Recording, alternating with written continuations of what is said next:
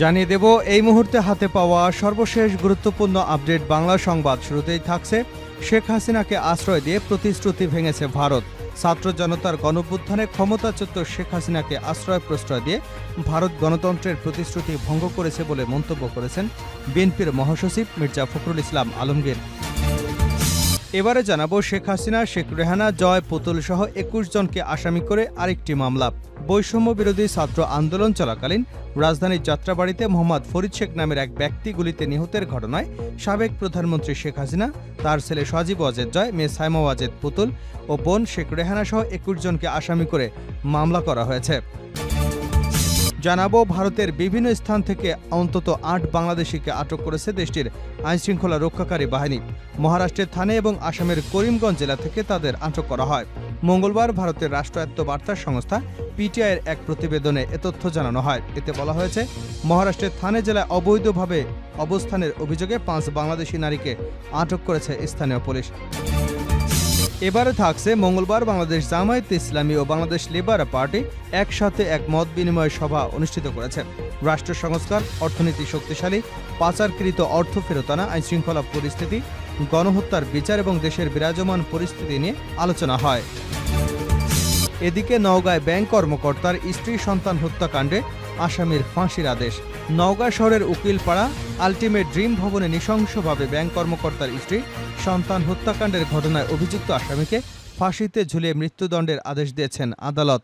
মঙ্গলবার দুপুরে নওগাঁর অতিরিক্ত দায়রা জজ ২-এর আদালতের বিজ্ঞ বিচারক মোখলেজুর রহমান এ আদেশ দেন।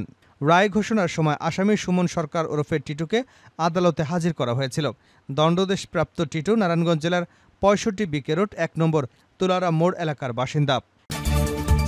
এবং সর্বশেষ জানাবো ১,০০০ টাকার নোট বাতিলের খবর গুজব। অর্থ উপদেষ্টা ১,০০০ টাকার নোট বাতিল হচ্ছে এমন একটি খবর রটানো হলেও এটি গুজব বলে দাবি করা হয়েছে। এ ধরনের সিদ্ধান্ত অন্তর্বর্তী সরকারের পক্ষ থেকে নেওয়া হয়নি। মঙ্গলবার চীন এবং কানাডার রাষ্ট্রদূতদের সঙ্গে বৈঠক শেষে সাংবাদিকদের এক প্রশ্নের জবাবে একথা বলেন অর্থ ও বাণিজ্য উপদেষ্টা ড. সালেউদ্দিন আহমেদ। এতক্ষণ শিরোনাম শুনছিলেন, এবার বিস্তারিত। প্রিয় দর্শক, আপনি যদি এই চ্যানেলে নতুন হয়ে থাকেন, ভিডিওটি দেখতে দেখতে চ্যানেলটি সাবস্ক্রাইব করে আমাদের সঙ্গেই থাকুন। আর এই ভিডিও সম্পর্কে আপনি আপনার মূল্যবান মতামতটি কমেন্ট বক্সে জানিয়ে দিন। আর হ্যাঁ প্রিয় দর্শক, জানিয়ে দিন ভিডিওটি কোথা থেকে দেখছেন। শেখ হাসিনাকে আশ্রয় দিয়ে প্রতিশ্রুতি ভেঙেছে ভারত, ফখরুল। ছাত্র জনতার গণঅভ্যুত্থানে ক্ষমতাচ্যুত শেখ হাসিনাকে আশ্রয় দিয়ে ভারত গণতন্ত্রের প্রতিশ্রুতি ভঙ্গ করেছে বলে মন্তব্য করেছেন বিএনপির মহাসচিব মির্জা ফখরুল ইসলাম আলমগীর। মঙ্গলবার সকালে সদ্য নির্বাচিত বিএনপির স্থায়ী কমিটির সদস্য ও নেতাদের সঙ্গে দলটির প্রতিষ্ঠাতা শহীদ রাষ্ট্রপতি জিয়াউর রহমানের সমাধিতে শ্রদ্ধা নিবেদন শেষে তিনি একথা বলেন। বিএনপির মহাসচিব অভিযোগ করেন, ভারত শেখ হাসিনাকে আশ্রয় দিয়ে গণতন্ত্রের প্রতিশ্রুতি ভঙ্গ করেছে। দেশ ছেড়ে পালিয়েও ছাত্র জনতার বিপ্লবকে নস্যাৎ করার চক্রান্ত চলছে। বিগত দিনের জঞ্জাল দূর করে সুষ্ঠু অংশগ্রহণমূলক নির্বাচন আয়োজনে অন্তর্বর্তী সরকারকে প্রয়োজনীয় সময় দেওয়ার কথাও জানান মির্জা ফখরুল ইসলাম আলমগীর। এ সময় বিএনপির পক্ষ থেকে অন্তর্বর্তীকালীন সরকারকে সব ধরনের সহায়তার কথা উল্লেখ করেন দলটির কমিটির নতুন সদস্য মেজর হাফিজউদ্দিন আহমেদ। একই সঙ্গে অগাস্টের বিপ্লবে সেনাবাহিনীর অগ্রণী ভূমিকার প্রশংসাও করেন তিনি। অভ্যুত্থানে স্বৈরাচার পালিয়েছে উল্লেখ করে দলটির স্থায়ী কমিটির আরেক নতুন সদস্য ডাক্তার এজেডএম জাহিদ হোসেন বলেন, গণতন্ত্র পুনরুদ্ধারের আন্দোলনে যারা গুম হয়েছেন তাদের খুঁজে বের করা হবে। শেখ হাসিনা, শেখ রেহানা, জয়, পুতুল সহ ২১ জনকে আসামি করে আরেকটি মামলা। বৈষম্য বিরোধী ছাত্র আন্দোলন চলাকালীন রাজধানীর যাত্রাবাড়িতে মোহাম্মদ ফরিদ শেখ নামের এক ব্যক্তি গুলিতে নিহতের ঘটনায় সাবেক প্রধানমন্ত্রী শেখ হাসিনা, তার ছেলে সজীব ওয়াজেদ জয়, মেয়ে সাইমা ওয়াজেদ পুতুল, বোন শেখ রেহানা সহ ২১ জনকে আসামি করে মামলা করা হয়েছে।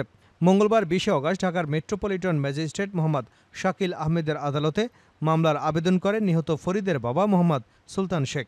আদালত বাদী জবানবন্দি গ্রহণ করে অভিযোগের বিষয়ে তদন্ত করে পুলিশ ব্যুরো অব ইনভেস্টিগেশনকে আগামী ১ অক্টোবরের মধ্যে প্রতিবেদন দাখিলের নির্দেশনা দিয়েছেন। মামলার অভিযোগে বাদী উল্লেখ করেন, গত ৪ আগস্ট শেখ হাসিনার পদত্যাগের এক দফা দাবিতে ছাত্র জনতার তুমুল আন্দোলন চলাকালীন বিকাল ৩:৩০টায় ফরিদ শেখ যাত্রাবাড়ি ফ্লাইওভারের টোল প্লাজার দক্ষিণ পাশের রাস্তা দিয়ে তার ফলের দোকানে যাবার সময় পুলিশের গুলিতে মারাত্মক জখম হয়ে রাস্তায় লুটিয়ে পড়েন। গুলিটি ফরিদ শেখের পেটের ডান পাশে লেগে বাম পাশ দিয়ে বেরিয়ে যায়। আশপাশের লোকজন জীবনের ঝুঁকি নিয়ে তাকে মুগদা মেডিকেল কলেজ হাসপাতালে চিকিৎসার জন্য নিয়ে যান। পরে চিকিৎসাধীন অবস্থায় ৬ আগস্ট হাসপাতালে মারা যান তিনি। এদিকে ৫ আগস্ট শেখ হাসিনা সরকারের পতনের পর তার বিরুদ্ধে এ পর্যন্ত ২০টিরও বেশি মামলা হয়েছে। শেখ হাসিনা, শেখ রেহানা, জয় পুতুল সহ ২১ জনকে আসামি করে আরেকটি মামলা। বৈষম্য বিরোধী ছাত্র আন্দোলন চলাকালীন রাজধানীর যাত্রাবাড়িতে মোহাম্মদ ফরিদ শেখ নামের এক ব্যক্তি গুলিতে নিহতের ঘটনায় সাবেক প্রধানমন্ত্রী শেখ হাসিনা, তার ছেলে সজীব ওয়াজেদ জয়, মেয়ে সাইমা ওয়াজেদ পুতুল, বোন শেখ রেহানা সহ ২১ জনকে আসামি করে মামলা করা হয়েছে। মঙ্গলবার ২০ আগস্ট ঢাকার মেট্রোপলিটন ম্যাজিস্ট্রেট মোহাম্মদ শাকিল আহমেদের আদালতে মামলার আবেদন করেন নিহত ফরিদের বাবা মোহাম্মদ সুলতান শেখ। আদালত বাদীর জবানবন্দি গ্রহণ করে অভিযোগের বিষয়ে তদন্ত করে পুলিশ ব্যুরো অব ইনভেস্টিগেশনকে আগামী ১ অক্টোবরের মধ্যে প্রতিবেদন দাখিলের নির্দেশনা দিয়েছেন। মামলার অভিযোগে বাদী উল্লেখ করেন, গত ৪ আগস্ট শেখ হাসিনার পদত্যাগের এক দফা দাবিতে ছাত্র জনতার তুমুল আন্দোলন চলাকালীন বিকাল ৩:৩০টায় ফরিদ শেখ যাত্রাবাড়ি ফ্লাইওভারের টোল প্লাজার দক্ষিণ পাশের রাস্তা দিয়ে তার ফলের দোকানে যাবার সময় পুলিশের গুলিতে মারাত্মক জখম হয়ে রাস্তায় লুটিয়ে পড়েন। গুলিটি ফরিদ শেখের পেটের ডান পাশে লেগে বাম পাশ দিয়ে বেরিয়ে যায়। আশপাশের লোকজন জীবনের ঝুঁকি নিয়ে তাকে মুগদা মেডিকেল কলেজ হাসপাতালে চিকিৎসার জন্য নিয়ে যান। পরে চিকিৎসাধীন অবস্থায় ৬ আগস্ট হাসপাতালে মারা যান তিনি। এদিকে ৫ আগস্ট শেখ হাসিনা সরকারের পতনের পর তার বিরুদ্ধে এ পর্যন্ত ২০টিরও বেশি মামলা হয়েছে। জামায়াতে ইসলামী ও লেবার পার্টির মত বিনিময় সভা। মঙ্গলবার বাংলাদেশ জামায়াতে ইসলামী ও বাংলাদেশ লেবার পার্টি একসাথে এক মত বিনিময় সভা অনুষ্ঠিত হয়েছে। রাষ্ট্র সংস্কার, অর্থনীতি শক্তিশালী, পাচারকৃত অর্থ ফেরত আনা, আইনশৃঙ্খলা পরিস্থিতি, গণহত্যার বিচার এবং দেশের বিরাজমান পরিস্থিতি নিয়ে আলোচনা করা হয়। মত বিনিময় সভায় বলা হয়, অন্তর্বর্তী সরকারের প্রধান উপদেষ্টা ডক্টর মোহাম্মদ ইউনূস জাতীয় নির্বাচনের পূর্বে নির্বাচন কমিশন, বিচার বিভাগ, জনপ্রশাসন, আইনশৃঙ্খলা বাহিনী ও গণমাধ্যমের প্রয়োজনীয় সংস্কার করতে চান মর্মে কূটনৈতিকদের ব্রিফিংয়ে বলেছেন, অন্তর্বর্তী সরকারের রাষ্ট্র সংস্কারের এই উদ্যোগকে আমরা স্বাগত জানাই। এসব সংস্কারের মাধ্যমে জনগণ আস্থা ফিরিয়ে আনতে হবে। এক্ষেত্রে আমাদের অন্তর্বর্তী সরকারকে সব ধরনের সহযোগিতা করতে প্রস্তুত রয়েছে। পত্রিকায় এসেছে, ফ্যাসিবাদী আওয়ামী সরকার গত ১.৫ দশকে ১৮,৩৬,০০০ কোটি টাকা ঋণ রেখে পালিয়ে গেছে। যুক্তরাষ্ট্রভিত্তিক গবেষণা প্রতিষ্ঠান গ্লোবাল ফিন্যান্সিয়াল ইন্টিগ্রিটির প্রতিবেদনে বলা হয়েছে, গত ১৫ বছরে বাংলাদেশ থেকে পাচার হয়ে গেছে ১৮ লাখ কোটি টাকা। তারা দেশের গোটা অর্থ ব্যবস্থাকে লুটপাট করে তলাবিহীন ঝুড়িতে পরিণত করেছে। দেশের অর্থনীতিকে শক্তিশালী করার জন্য বিদেশে পাচারকৃত অর্থ ফেরত আনার ব্যবস্থা করতে হবে এবং সকল সেক্টরে দুর্নীতি বন্ধ ও জবাবদিহিতা নিশ্চিত করতে হবে। আইনশৃঙ্খলা পরিস্থিতি বিনষ্ট করার জন্য ফ্যাসিবাদের দোসররা ষড়যন্ত্র করে যাচ্ছে। তারা ভিন্ন ধর্মাবলম্বীদের উপর হামলা করে সাম্প্রদায়িক সম্প্রীতি বিনষ্টের চেষ্টা করেছে। তাদের এসব চক্রান্ত বন্ধ করার জন্য রাষ্ট্রীয় আইনশৃঙ্খলা বাহিনী সহ সকলকে সোচ্চার থাকতে হবে। ১,০০০ টাকা নোট বাতিলের খবর গুজব, অর্থ উপদেষ্টা। ১,০০০ নোট বাতিল হচ্ছে এ খবর রটানো হলেও এটি গুজব। এ ধরনের সিদ্ধান্ত অন্তর্বর্তী সরকারের পক্ষ থেকে নেওয়া হয়নি। মঙ্গলবার চীন এবং কানাডা রাষ্ট্রদূতের সঙ্গে বৈঠক শেষে সাংবাদিকদের এক প্রশ্নের জবাবে একথা জানান অর্থ ও বাণিজ্য উপদেষ্টা ডক্টর সালেউদ্দিন আহমেদ। তিনি আরও বলেন, চীনে ঋণের সুদ হার কমানো এবং পরিশোধের মেয়াদ বাড়ানোর প্রস্তাব দেওয়া হয়েছে।